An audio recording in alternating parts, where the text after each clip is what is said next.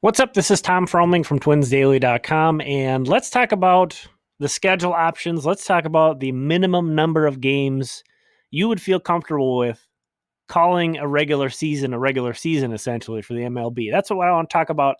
It's really interesting to kind of think about this because I don't know who it would be, but it's somebody's job right now to be coming up with all these scenarios and options even though there's so much unknown, there's so much that we just have to wait to develop right now before we really can start thinking about baseball. Somebody's got to be running scenarios and thinking of alternate scheduling options and things like that. So I think this is an interesting thing to think about. First things first, I want you to comment in the comments. I'm going to let you know what I think is my absolute minimum to consider it a regular season. Not, it's going to be an irregular season, one way or another. We know that for sure. Just going to have to kind of accept that and move on. But I think the absolute minimum number of games that they can have is 50 game regular season for each team. What would your answer be? Let me know down in the comments. But first, what I want to do is highlight this great article from Greg Simons from the Hardball Times, which is now hosted by Fangraphs, if you kind of recognize the branding there. And he went through some of the options that he could see. The pipe dream, April 9th. I'm not even going to go through that one. I think that ship has sailed probably. We'll see. Again, like I said, everything is developing. I'm going to skip that one for now. The next one he mentioned was Memorial Day, and that seems also pretty rosy. I mean, I'd take that right now. I can tell you that much. And he mentions how, I'm going to put a link in the description of this whole article so you can check it out because I want you to read it. And then half season is better than none, Independence Day weekend. That's becoming a little bit more realistic of a target, in my opinion. And he's kind of pointing out how that's probably an 82 game season is possible in there. And then he just jumps straight into nightmare scenario complete cancellation. And I think it's interesting. A lot of the answers I've received to that question are, 70, 80 games. My whole thing is, 162 games is actually a pretty unnatural representation of the game. I mean, obviously, Major League Baseball, even though Major League Baseball hasn't always been 162.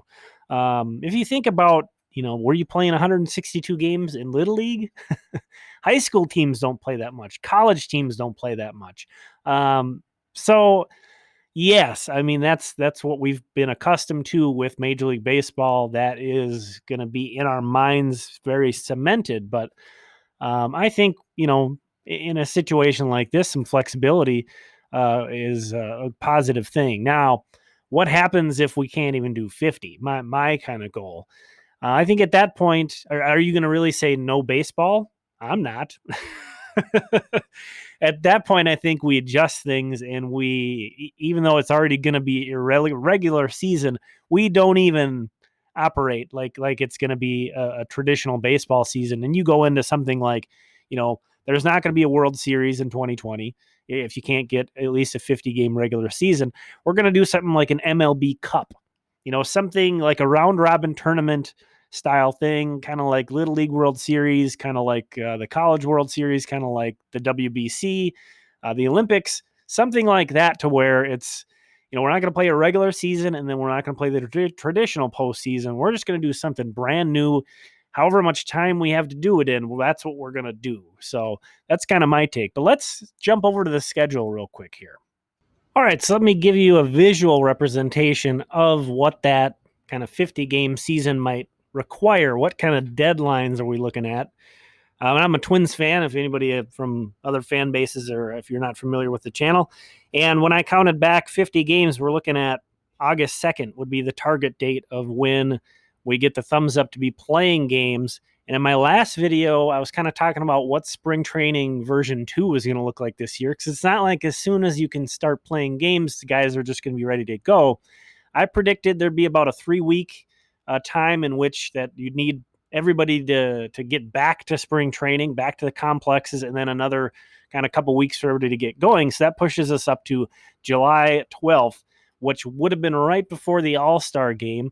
Now, in this scenario, just kind of breaking it down, maybe it would be fun to just start the season with the All-Star game. You know, just kind of odd how the dates on this 50-game season that I picked worked out that way. But That could be fun. I mean, what a better way to bring baseball back than to be like, hey, we're coming back. Get your ballots in. Vote for the All-Star team. We're going to play a game. I don't know if it'd be in maybe an empty Dodger Stadium or what. Obviously, none of us know what's going to happen. No idea. But personally, I feel pretty good thinking about it in this sense. Now we're kind of drifting into out of sort of my realm of, here's our 50 game sample and more of like the psychology of what's happening right now. And there's people throwing out the fact that there might not be a baseball season this year. Even the Twins in a recent conference call with reporters admitted that they don't know because no one can know. We can't see the future. We don't know what's going to happen. But we're sitting here on, what is it, March 21st, and we're just kind of getting into things. And if I think April, May, June, by kind of mid-July, hopefully that's where we're at, and we can start things rolling again. Worse than that's not the worst case scenario. The worst case scenario is we don't get baseball at all. And like I said too, let's say this gets pushed back, and everything has to kick up in late August, September. There's other kind of things that we can do that could be fun. Different. You wouldn't really have a regular season, but I don't see why you would pack it in. Like, let's say the absolute earliest baseball could return is like mid-August. Do you just say, screw it, we're not going to do any baseball at that point? I'd really hope not. Obviously, you'd have certain things you could and couldn't do in that short of a time span. But I guess the point I'm trying to make is I really hope that Major League Baseball, obviously safety first, number one.